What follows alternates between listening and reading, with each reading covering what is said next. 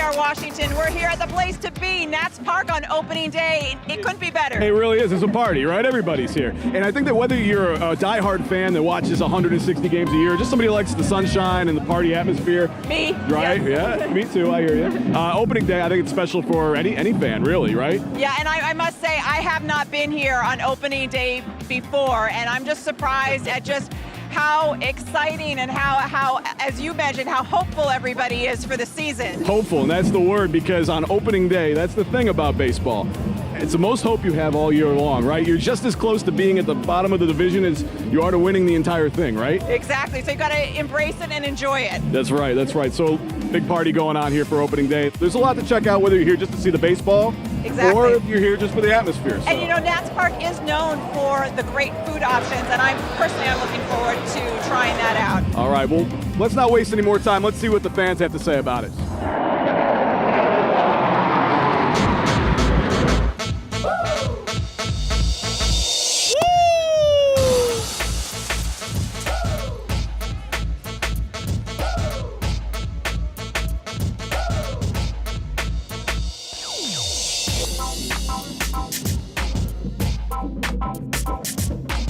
Go Nationals!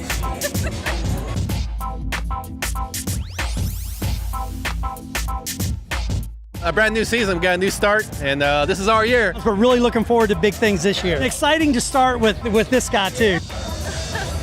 Yeah. He likes the mic. Now, where do you get the gear? The hat. You probably can't buy the hat, can you? You're correct. You know how long it took me to stitch that? Tell me about it. What'd you do? Oh, I can't tell you, because then you're going to want to do it yourself. No, I'm good with this. It's a secret. Wait till the Nats find out about this. We're going to make millions. Well, this is her first opening day, but we come every year, so we had to bring her in. Hi! This is my first opening day to a baseball game ever. It's the flyover, it's the ceremony, it's the fireworks, it's the whole shebang. How the fans come out and all this red, and it's exciting. What's your strategy for selling as many Washington Nationals peanuts as possible? My goal is 100 peanuts for today. It's a baseball game. Everybody should be buying peanuts and Cracker Jack.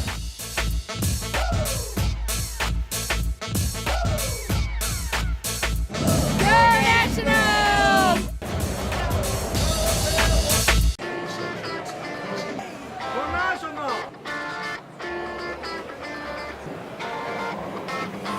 It's ball time, man. That's what it is. It's baseball, and we love it.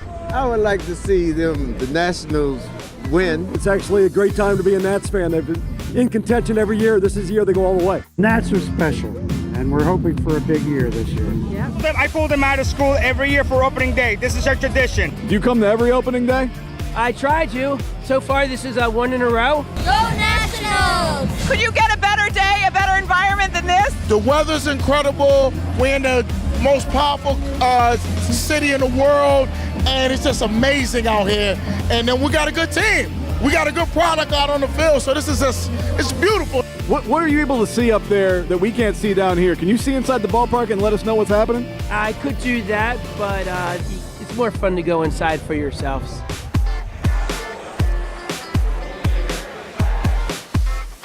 You know, Matt, in honor of opening day, I had to get you this hot dog. Hey, that's for me? This is for you. All right, yes.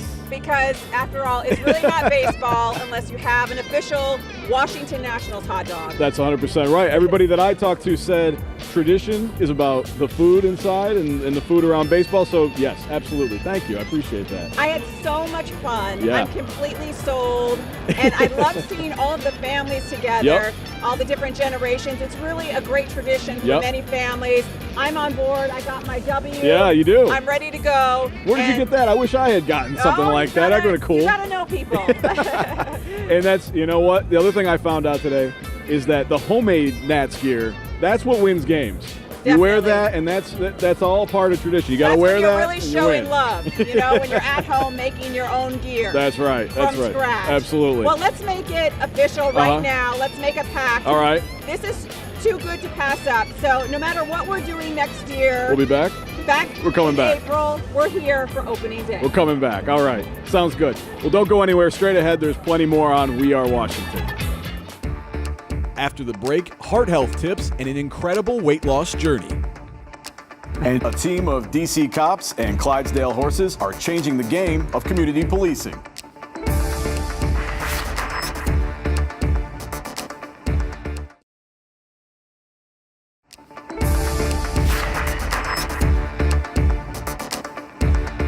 Welcome back to We Are Washington. We're here with dietitian Lauren Eskenazi, and she's been telling us about how to keep our hearts healthy. So thank you so much for being with us. Thanks for having me. Appreciate you being here. First, I want to know, dietitian, so what first do you do in that sort of role? What kind of things do you do with that job? How did you get interested in that line of work? Tell me a little bit about that. That's a great question. Yeah. So there's so many different areas that dietitians can go into, whether it's clinical, food service, private practice, community health. For me, it was just growing up in a very healthy environment from South Florida. Everyone is very health conscious. Very health conscious. Yeah. You know, it's a very healthy lifestyle down there, and so that was just a natural progression for me. Great, great. Well, we want to talk to you a little bit today about heart health. And I want to find out from you and your perspective as a dietitian why heart health is important, and what are some of the things linked to having a healthy heart and living a healthy lifestyle. Sure. So, you know, the heart is one of the most important organs in the body. You know, without it, you can't survive. Sure. So it's just really important to have a healthy lifestyle, to maintain a healthy lifestyle in order to keep the heart healthy.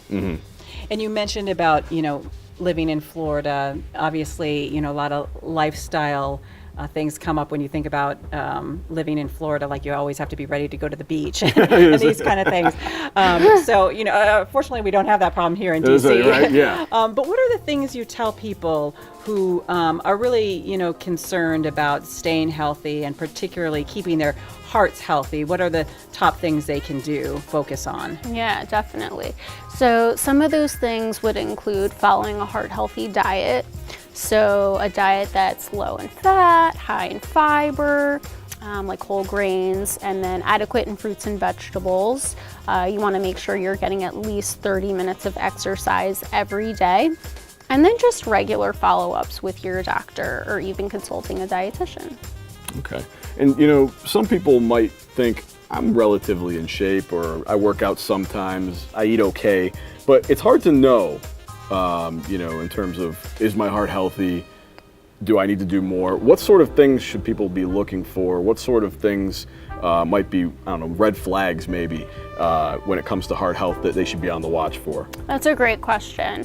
So some of the clinical indicators that you're going to want to watch out for include the total cholesterol, triglycerides, HDL, LDL, and your body weight. The best way that you can accurately assess this is by getting a lipid panel. And this is just a blood test that's done in your doctor's office or a local lab, and ideally you want to be fasting for at least 6 hours. And that's what you ask for when you go to the doctor, a lipid panel? Yes. Okay. What are some of the things that you've seen or maybe you've heard of or would recommend people could do who work all day, who don't have a lot of time, a lot of expendable time to maybe work out a lot, they could do in order to keep heart healthy? Yeah, oh wow. So there's some great ideas out there.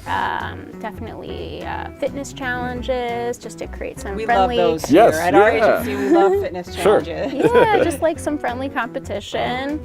Or not so friendly competition. Or not so friendly also, right? Yeah. Another idea would be just like a healthy potluck lunch, get the staff involved, make sure you're promoting healthy eating options. And then, educational seminars, much like the one that we had done earlier today, just, with subject matter experts, like a dietitian or another healthcare professional. Okay, well, Lauren, we thank you so much for your time. Give us a lot of helpful tips there. We appreciate your knowledge on heart health, so thanks for being with us today. Thanks for having me. Thanks so much, Lauren. And we were talking about the importance of maintaining a healthy diet, and we actually have a good friend of the agency who recently lost well over 100 pounds. Take a look at his story. I was 32 years old, and I was having some serious issues with my digestive system, and I'd gone to see a new gastroenterologist. This was the 5th one. I was going on to my 5th colonoscopy, and this doctor, 5 colonoscopies in 5 years, one every year, because they couldn't figure out what was wrong with me. And this particular doctor said, you know, you've got 2 options here. You can choose life or you can choose death. 32 years old, African American, diagnosed with type 2 diabetes, hypertension, high blood pressure, could barely walk. He gave me 6 months. Oh my gosh. And I made the decision to do something. And so I started cycling with a friend, and then it became a group of friends. And I just decided to take my life back. At 32, you shouldn't have any of those health issues. Almost 3 years later, here we are. Do you think there was something different about that particular moment? Did you really feel, you know, a sense of your own mortality at that moment? I didn't realize that it was that serious, but I felt on the inside as if I was dying because I was on these various medications. I was on Victoza, which is a synthetic insulin. I was taking minocycline, which was a medication for antibiotic for bacterial infections. And it seemed like there were more and more meds that were coming to keep me alive, rather than natural things like food and, you know, being outside and getting good sun and drinking water and things of that nature. And in that moment, I said, you know what? This man is right. I'm dying because I'm having to use all of these other things to prolong my life. So how did you do it? So it was a combination of quite a few things. I cycled. Dieting was one of the biggest things for me. I worked with a nutritionist, and I actually had to leave everything that I loved alone. So all of the junk food went out the door. And Not so easy. now, and it's, you know, I'm more so on a plant-based diet now. I eat some meat, some chicken, you know, fish here and there, not too much fish, but more so, you know, chicken and vegetables and things of that nature. But the exercise is the most important thing in taking your life back. And so I'm still on a weight loss journey. Yeah, it was really inspiring to hear Tristan's story about changing his life, wanting to live healthier, and how that's been such a benefit for him. I couldn't wait any longer. I had to jump right on the treadmill. I right? know. I felt so inspired also, especially I loved hearing about how he was inspired by fashion and just the thought of being able to wear all these new great clothes. And I thought, yeah. That's what you I like want? that. You yeah. like that part of it? I love the idea of having to get an entire new wardrobe because we've lost so much weight. I would think of it the other way. Now I have to get all these new clothes. It's a negative, right? No, not a negative at all. All right, well, you know, we heard some great stuff from him about how his life has changed. A dietitian who came in and told us some really great tips about heart health, what to be aware of, what to look for, all good stuff. So I think that we should get back to the workout now. Definitely get back to the workout, but look at you talking and walking like a pro. Well, you know, very impressive. It takes training. After the break, a team of DC cops and Clydesdale horses are changing the game of community policing.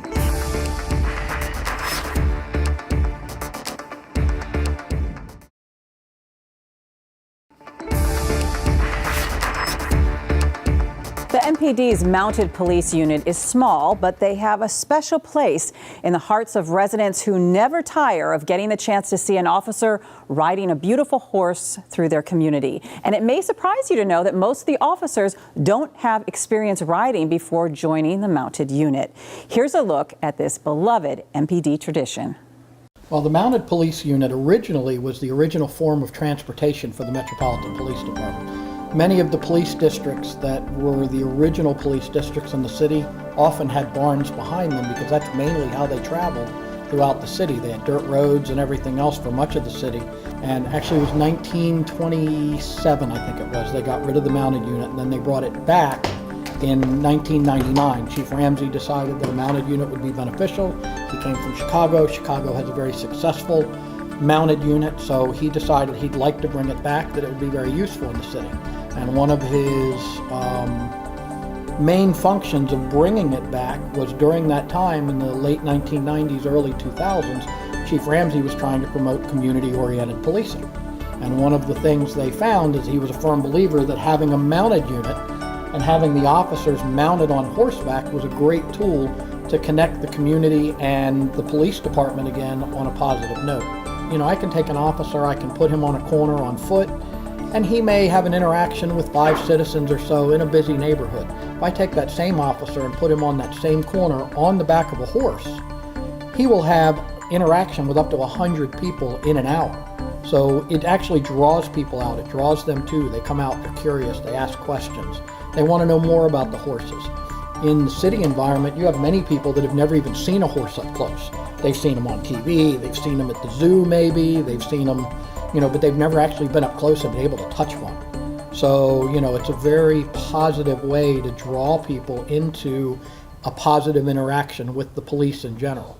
We're going to go down to the Frederick Douglass home in various parts of Southeast, go to see people around in the neighborhood.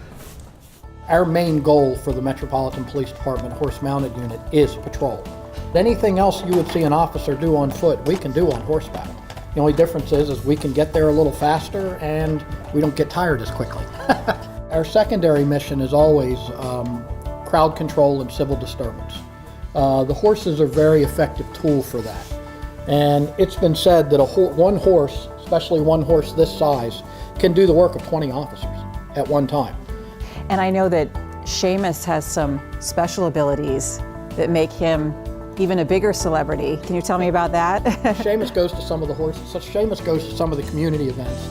And because some of the moves that they actually teach the horse for crowd control and things like that, they can be adapted to other things. So Seamus can actually do the electric slide. Seamus, who knew? He'll go out and dance at the community events and do the electric slide. A lot of people believe that in order to get into a unit like this, you have to have some kind of experience or some kind of horse background, or, you really don't. You can come into this unit with zero experience. Because we're primarily a patrol unit, one of the things we're looking for is we're looking for good police officers first. If you're a good police officer, we can make you a horse-mounted officer. We can teach you to ride the horse. We can teach you to take care of the horse. We can teach you all of that, but it's very difficult for me to teach you to be a good officer. In order to get a horse to work in the urban environment like this, where there's a lot of what they would consider scary things, that horse has to trust you. So one of the things you have to do is you have to establish the bond with that horse. Back up. One more. Back up. One more. Good boy. Once you've established that bond with the horse, like with Seamus and I, Seamus trusts me completely, so he'll do almost anything I ask him to do because he knows I'm not going to let anything happen to him. So one of the ways we do that is we still do all of our own grooming, we do all of our own care, and that gives, when you're standing here brushing this horse, it's letting him, bond with you and realize that, you are his friend, you are his partner.